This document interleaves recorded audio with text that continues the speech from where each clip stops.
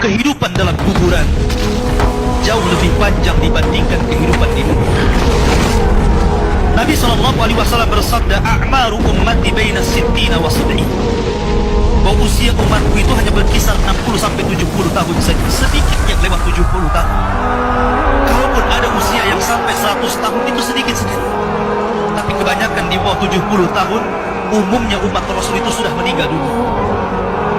Tetapi ketika orang masuk ke dalam kuburan, usia dia di kuburan sampai kiamat ditegakkan itu panjang sekali. Anda bisa bayangkan, orang yang meninggal sejak zaman Nabi Adam sampai hari ini kiamat tidak dibangkit-bangkitkan, menunjukkan bahwa kehidupan kuburan jauh lebih panjang dibandingkan kehidupan dunia. Dari sinilah maka wajar seorang mukmin harus takut dengan kehidupan kuburan. Ma'asyiral muslimin yang dimuliakan Allah Azza wa Jalla. Tetapi para ulama mengatakan, apakah orang yang mendapatkan adab kubur itu munqati atau mustamir, terus menerus ataukah terputus?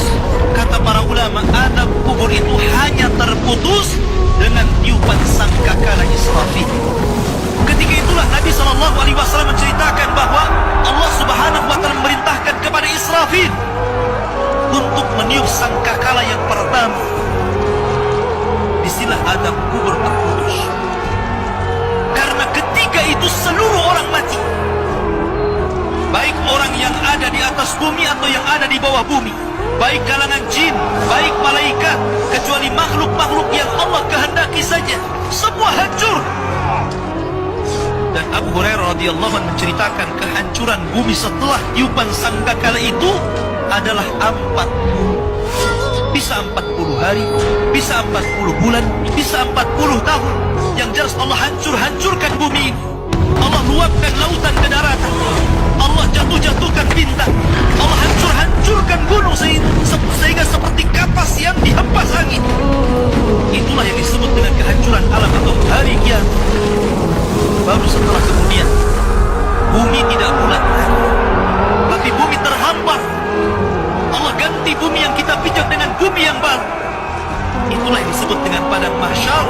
Maka disitulah Allah Subhanahu wa Ta'ala memerintahkan Israfil untuk meniup sangkakala kebangkitan. Yang kedua kalinya Israfil pun kemudian meniup sangkakala.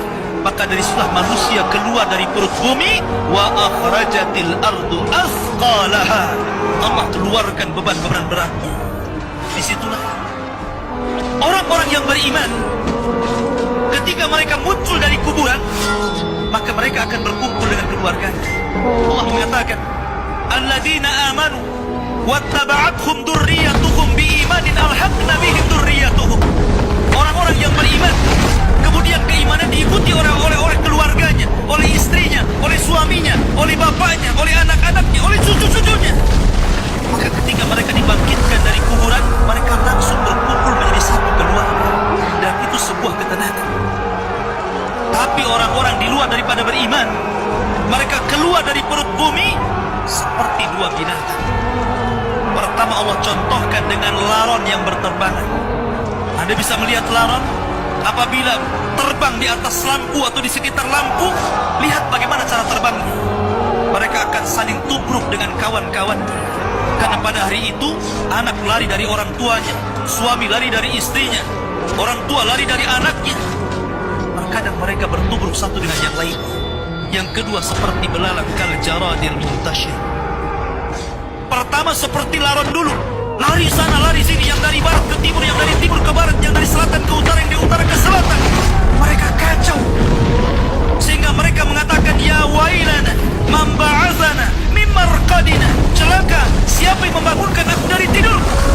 Tapi orang-orang yang beriman hanya mengatakan, hadza ma wa'adar rahman wa sadaqal mursalin. Inilah janji Allah kepada kalian dan benarlah ucapan para rasul. Baru setelah itu dari padang mahsyar berteriak seorang yang Allah suruh untuk berteriak. Mulailah kemudian mereka teratur. Maka mereka akan berjalan ke satu titik. Disitulah yang disebut dengan padang mahsyar.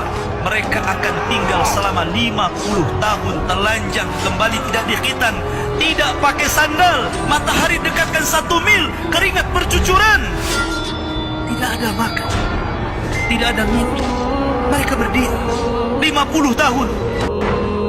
Sehingga akhirnya orang-orang saleh mereka berkumpul, datang kepada Adam minta syafaat. Adam memberikan udzur, tidak sanggup memberikan syafaat. Kata Adam, datanglah kalian kepada Nuh, karena dia Rasul pertama dalam Islam, Rasul pertama setelah aku.